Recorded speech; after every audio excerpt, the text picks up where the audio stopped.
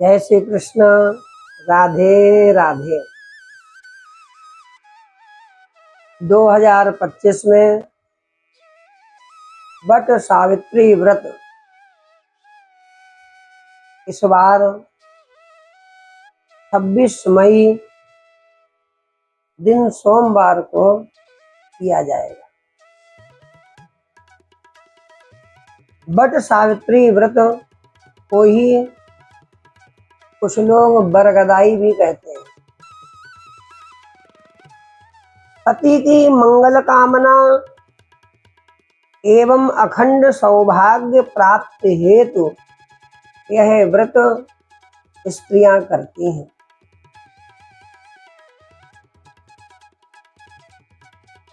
इसका बहुत बड़ा महात्म्य है।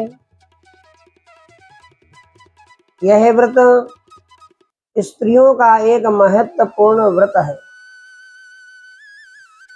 क्योंकि इसके करने से उनका सुहाग अचल होता है। इसलिए सुहागिन स्त्रियां अखंड सौभाग्यवती बनी रहने की मंगल कामना से इस पावन पुनीत व्रत को करती हैं। सत्यवान और सावित्री की कथा का इस पर्व से गहरा संबंध है, क्योंकि सावित्री ने वटवृक्ष का पूजन और व्रत करके ही अपने सतीत्व और तप के बल से अपने मृत पति सत्यवान को यमराज से जीत कर पुनः जीवित कर लिया था। यही कारण है कि इस व्रत का नाम वट सावित्री पड़ा। शास्त्रों में कहा गया है कि वट वृक्ष के मूल में ब्रह्मा, मध्य में जनार्दन, अग्रभाग में भगवान शिव निवास करते हैं।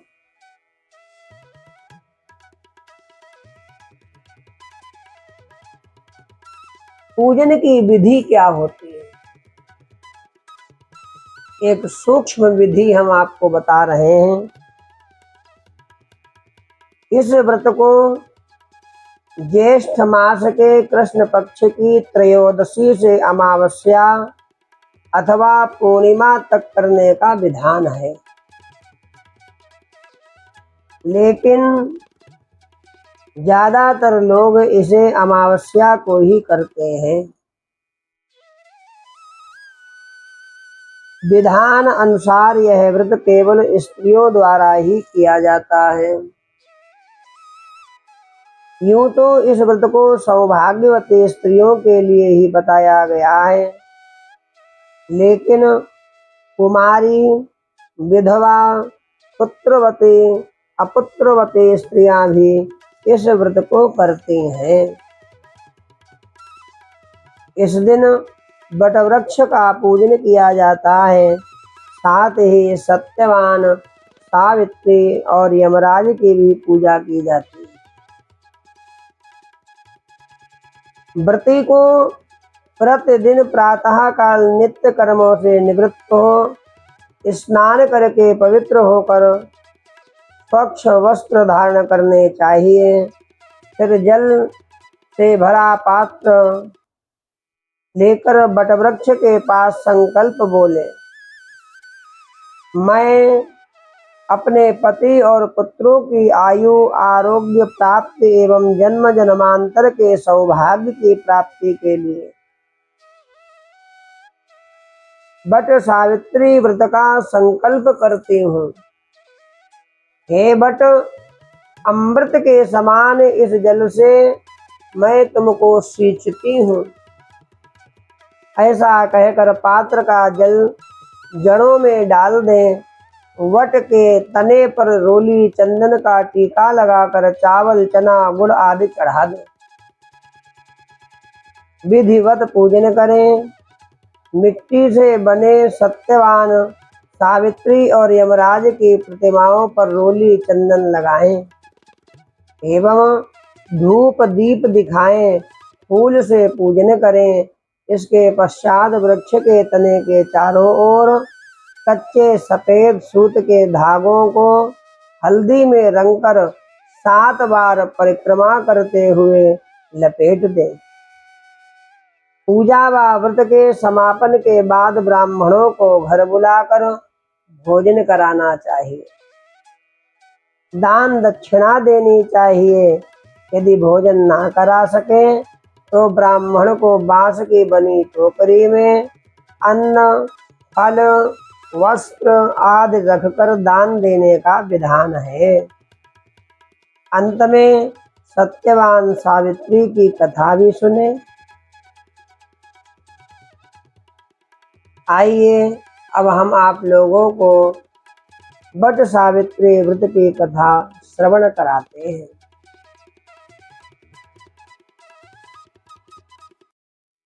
मद्र देश में अश्वपति नाम के परम ज्ञानी राजा थे। धन वैभव से पूर्ण होने पर भी वे संतान के अभाव में बड़े दुखी रहते थे। राजा ने पंडितों की सलाह से पुत्र प्राप्ति के लिए सावित्री की आराधना की। सावित्री ने प्रसन्न होकर राजा रानी को दर्शन देकर आशीर्वाद दिया और कहा कि तुम्हारे भाग्य में पुत्र तो नहीं है, पर मैं स्वयं कन्या रूप में तुम्हारे यहाँ जन्म लूंगी। इतना कहकर सावित्री देवी अंतर्ध्यान हो गई। कुछ समय बाद रानी के गर्भ से साक्षात सावित्री देवी का जन्म हुआ। राजा रानी ने उसका नाम भी सावित्री ही रखा। सावित्री सर्वगुण संपन्ना, वह चंद्रमा की कला के समान नित्य प्रति बढ़ने लगी। जब वह विवाह के योग्य हुई तब माता पिता ने उससे कहा कि अब तुम अपने योग्य मन चाहा वर खोज ले। राजा ने उसे एक बूढ़े मंत्री के साथ वर खोजने के लिए भेज दिया। सावित्री वर ढूंढने के लिए प्रस्थान की। इधर एक दिन अचानक नारद मद्रराज अश्वपति से भेंट करने के लिए आए। संयोग से उसी समय सावित्री भी अपने लिए वर पसंद करके लौट आई। उसने आदर पूर्वक नारद जी को प्रणाम किया। नारद जी ने उसे विवाह योग्य देखकर राजा अश्वपति से पूछा कि आपने इसके योग्य वर खोजा है या नहीं। राजा ने बताया कि मैंने सावित्री को वर खोजने के लिए ही भेजा था। वह अभी लौट कर आई है और अब यही बताएगी कि उसने अपने पति रूप में किसे पसंद किया है। राजा की बात सुनकर नारद जी ने सावित्री से पूछा कि तुमने किस वर के साथ विवाह करने का निश्चय किया है। सावित्री ने परम विनम्र हो हाथ जोड़कर निवेदन किया कि महाराज, राजा द्युमत्सेन का राज्य रुक्मी ने छीन लिया है और वे अंधे होकर रानी के साथ वन में रहते हैं। उनके एकमात्र पुत्र सत्यवान को ही मैंने अपना पति बनाने का निश्चय किया है। सावित्री की ऐसा कहने पर नारद जी ने अश्वपति से कहा कि आपकी कन्या ने वर खोजने में निसंदेह भारी परिश्रम किया है। वास्तव में सत्यवान, गुणवान और धर्मात्मा है। वह रूपवान और समस्त शास्त्रों का ज्ञाता है। वह अपने माता पिता के समान सत्य बोलने वाला है। इसी कारण उसका नाम सत्यवान हुआ। जिस प्रकार समुद्र रत्नों की राशि है, उसे भांति सत्यवान सभी सद्गुणों का भंडार है। वही सब प्रकार से सावित्री के योग्य है। वही सब बातों में सावित्री के साथ रहने की क्षमता रखता है।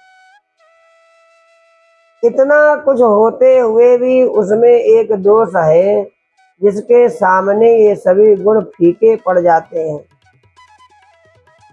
वह अल्प आयु है, उसकी आयु बहुत थोड़ी है और विवाह के उपरांत 1 वर्ष की समाप्ति पर उसकी मृत्यु हो जाएगी।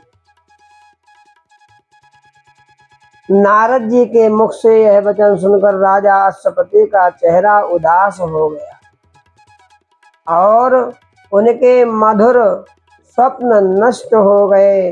नारद जी के वचन कभी मिथ्या नहीं हो सकते, ऐसा विचार कर उन्होंने सावित्री को समझाया कि ऐसे क्षीणायु व्यक्ति के साथ विवाह करना कल्याणकारक नहीं है, इसलिए कोई अन्य वर पसंद कर लो। पिता की बात सुनकर सावित्री ने कहा कि अब मैं शारीरिक संबंध के लिए तो कभी मन में भी किसी अन्य पति के खोजने का विचार नहीं कर सकती हूँ। कोई भी संकल्प पहले मन में आता है, फिर वाणी से कहा जाता है, कहने के पश्चात उसे करना ही होता है, चाहे वह शुभ हो या अशुभ हो। मैंने जिसे एक बार अपने मन से पति स्वीकार कर लिया है, वही मेरा पति होगा। अब मैं किसी दूसरे का वर्ण किस प्रकार कर सकती हूँ। राजा एक ही बार आज्ञा देता है, पंडित एक ही बार प्रतिज्ञा करते हैं और कन्यादान भी एक ही बार होता है। जैसा भी है, अब वह मेरा पति है। मुझे उसके दीर्घायु या अल्पायु होने से कोई हर्ष या विषाद नहीं है। अब मैं अन्य पुरुष की तो बात ही क्या, देवराज इंद्र को भी स्वीकार नहीं करूंगी। कोई शक्ति मुझे मेरे निश्चय से नहीं डिगा सकती है। मैं पुनः दृढ़ता पूर्वक कहती हूँ कि सत्यवान ही मेरा पति होगा।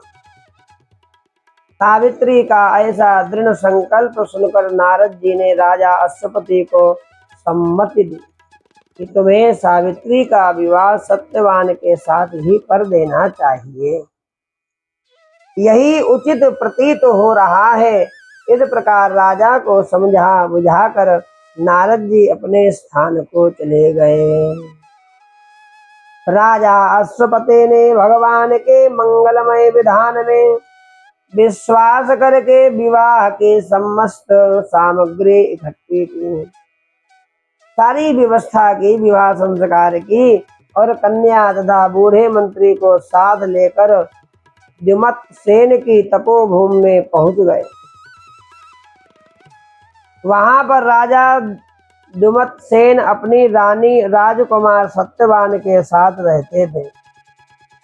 अश्वपति ने उनके पास पहुंचकर अपना नाम बताते हुए उनके चरणों में प्रणाम किया।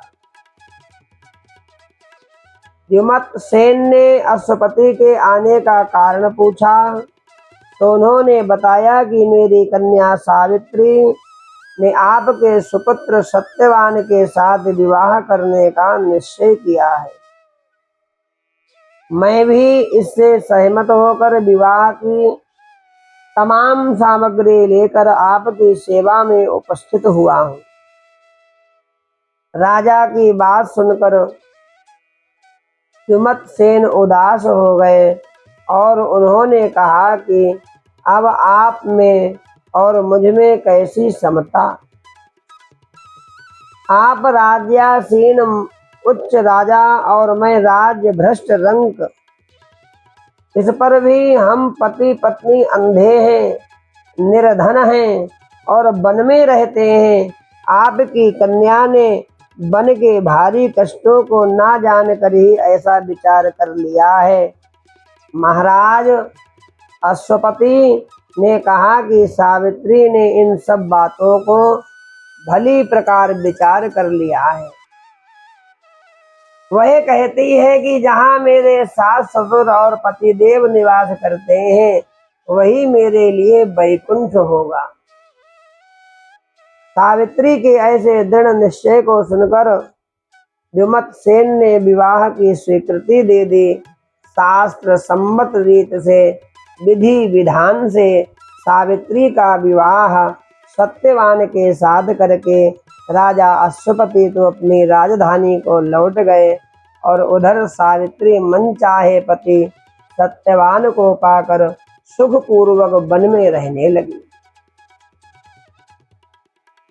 नारद जी के वचन हर समय सावित्री के कानों में गूंजते रहते थे। वह एक एक करके दिन गिन रही थी।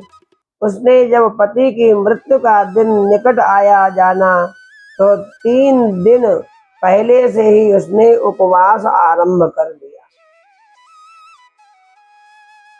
तीसरे दिन अपने पितरों का पूजन किया, क्योंकि वही दिन नारद जी ने सत्यवान की मृत्यु बताया था। रोज की भांति उस दिन भी जब सत्यवान अपने समय पर कुल्हाड़ी और टोकरी लेकर लकड़ी काटने के लिए वन में जाने लगा तो सावित्री ने स्वयं भी उसके साथ चलने का आग्रह किया। सत्यवान ने उस माता पिता की सेवा के लिए वहीं ठहरने की सम्मति दी।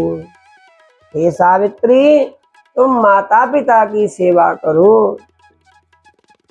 तब सावित्री अपने सास ससुर से सत्यवान के साथ वन में जाने की आज्ञा ले आई और उसके साथ वन को चलने के लिए तैयार हो गई। सत्यवान ने वन में पहुंचकर फल फूल तोड़े और बाद में लकड़ी काटने के लिए एक वृक्ष पर चढ़ गया। वृक्ष के ऊपर ही सत्यवान के सिर में भारी पीड़ा होने लगी। वह वृक्ष से नीचे उतर आया और सावित्री की जंघा पर अपना सिर रखकर लेट गया। कुछ देर बाद सावित्री ने अनेक दूतों के साथ यमराज को हाथ में पास लिए हुए देखा। पहले तो यमराज ने सावित्री को दैवी विधान कहकर सुनाया और फिर वे सत्यवान के अंगुष्ठ मात्र जीव को लेकर दक्षिण दिशा की ओर चले गए। सावित्री भी यमराज के पीछे पीछे चलने लगी। जब बहुत दूर तक भी उसने यमराज का पीछा ना छोड़ा तो उन्होंने उससे कहा कि हे पतिव्रते, जिस सीमा तक एक मनुष्य दूसरे मनुष्य का साथ दे सकता है वहां तक तुमने पति का साथ दिया है। अब तुम घर लौट जाओ। सावित्री ने कहा, हे धर्मराज, जहाँ मेरा पति जा रहा है वहीं मुझे भी जाना चाहिए। यही हमारा सनातन धर्म है, यही हमारा पत्नी धर्म है। पतिव्रत के प्रभाव और आपकी कृपा से कोई भी मेरी गति नहीं रोक सकता है। सावित्री के ऐसे धर्मपूर्ण वचन सुनकर यमराज ने प्रसन्न होकर उसे एक वर मांगने के लिए कहा। बेटी, एक वर मांग लो। सावित्री बोली कि मेरे सास ससुर वन में रहते हैं और अंधे हैं। मैं आपसे यही मांगती हूँ कि उन्हें दिखाई देने लगे। यमराज ने ऐसा ही हो कहकर उसे पुनः लौट जाने की सलाह दी। जाओ बेटा, अब लौट जाओ। यमराज की बात सुनकर सावित्री ने कहा, हे भगवान, जहाँ मेरे पतिदेव जाते हो वहां उनके पीछे पीछे चलने में मुझे भी कष्ट या परिश्रम नहीं है। पति पारायणा होना मेरा कर्तव्य है। आप धर्मराज हैं, परम सज्जन हैं। सत्य पुरुषों को समागम भी तो कुछ कम पुण्यों का फल नहीं है। सावित्री के ऐसे धर्मयुक्त श्रद्धापूर्ण वचन सुनकर यमराज ने फिर कहा, सावित्री, मैं तुम्हारे वचनों से बहुत प्रसन्न हूं, तुम मुझसे एक वरदान और मांग लो। सावित्री ने कहा, राजा दुमतसेन का राज छिन गया है, उसे वे पुनः प्राप्त करें और धर्म में उनकी सदैव प्रीति रहे, यही वरदान मुझे दीजिए। यमराज ने वरदान देकर पुनः उसको लौट जाने को कहा, किंतु वह ना मानी और बराबर पीछा करती रही। उसकी ऐसी दृढ़ पति भक्ति देख यमराज ने प्रसन्न होकर उसे तीसरा वरदान देने की इच्छा प्रकट की। हे सावित्री, तीसरा वरदान मांग लो। तब सावित्री ने अपने पितृकुल की भलाई दृष्टि में रखकर 100 भाई होने का वरदान मांगा। यमराज ने सहर्ष यह वरदान भी दिया और सावित्री से पुनः आगे ना बढ़कर लौट जाने का आग्रह किया, किंतु सावित्री अपने प्रण पर अडिग रही, नहीं मानी। सावित्री की ऐसी निष्ठा और दृढ़ संकल्प देखकर यमराज का हृदय पसीज गया। वे बड़ी कोमल वाणी में बोले, हे सुव्रते, तुम ज्यों ज्यों उत्तम धर्म युक्त और गंभीर युक्त पूर्ण वचन कहती हो, त्यों त्यों मेरी प्रीति तुम पर बढ़ती जाती है। अतः तुम सत्यवान के जीवन को छोड़कर एक और वरदान मुझसे ले लो और अपने घर लौट जाओ। पहले तीनों वरदान पाकर सावित्री ने अपने ससुर कुल और पितृकुल दोनों का कल्याण कर दिया। अब केवल अपनी ही भलाई का प्रश्न सम्मुख था। पति पारायण नारी को अपने पति की आयु वृद्धि के अतिरिक्त और क्या फल कामना हो सकती है। यही सोचकर सावित्री ने सत्यवान से 100 पुत्र होने का वरदान मांगा। सावित्री के ऐसे युक्तिपूर्ण वचन सुनकर यमराज बहुत संतुष्ट हुए और उन्होंने उसे वरदान दे दिया। सत्यवान को पास से मुक्त कर दिया और कहा कि सत्यवान से तुम्हें ही 100 पुत्र होंगे, जाओ बेटी, तुम्हारा मंगल हो। सावित्री को मनोवांछित वरदान देकर यमराज वहीं अंतर ध्यान हो गए। वह लौटकर बट वृक्ष के नीचे आई। बट वृक्ष के नीचे सत्यवान का अमृत शरीर पड़ा हुआ था। तभी उसमें जीवन का संचार हो गया। वह उठकर बैठ गया। सावित्री ने सत्यवान से सारा वृतांत कह सुनाया और फिर वे दोनों खुशी खुशी आश्रम की ओर चले। सत्यवान के माता पिता को दृष्टि प्राप्त हो गई थी और वे अपने आज्ञाकारी पुत्र और सेवा पारायणा पुत्र वधू को ना देखकर अत्यंत दुखी हो रहे थे। तभी सावित्री सत्यवान वहां पर पहुंच गए। सारे देश में सावित्री के अनुपम पतिव्रत का समाचार फैल गया। प्रजाजनों ने महाराज दुमतसेन को ले जाकर आदर पूर्वक राज सिंहासन पर बैठा दिया। सावित्री के पिता अश्वपति को 100 पुत्र प्राप्त हुए और सावित्री सत्यवान ने भी 100 पुत्र प्राप्त करके दीर्घायु तक राज्य भोगा और अंत में भगवान नारायण के परम धाम वैकुंठ को पधारे। प्रत्येक सौभाग्यवती स्त्री को यह व्रत अवश्य करना चाहिए, जिससे उनके पति दीर्घायु हों और गृहस्थी में सभी प्रकार के सुख भगवान की कृपा से बने रहे। इसलिए सभी सौभाग्यवती स्त्रियों को यह व्रत अवश्य करना चाहिए। श्री कृष्ण गोविंद हरे मुरारे, हे नाथ नारायण वासुदेव। श्री कृष्ण गोविंद हरे मुरारे, हे नाथ नारायण वासुदेव। बोली वृंदावन बिहारी लाल की जय। सावित्री माता की जय। धर्मराज भगवान की जय। इस प्रकार हमने आपको बट सावित्री व्रत का अनुष्ठान कैसे करना चाहिए, व्रत कैसे करना चाहिए और भगवान की मंगलमयी रसमयी कथा आपको श्रवण कराई। इस कथा को आप लोग सभी सौभाग्यवती स्त्रियों को अधिक से अधिक भेजें, जिससे कि सब लोग भगवान की मंगलमयी रसमयी कथा का श्रवण कर सकें, मंगल विधान जान सकें। क्योंकि आने वाले 26 मई को सोमवार के दिन यह व्रत सभी सौभाग्यवती स्त्रियों को करना है। जय श्री कृष्ण। राधे राधे।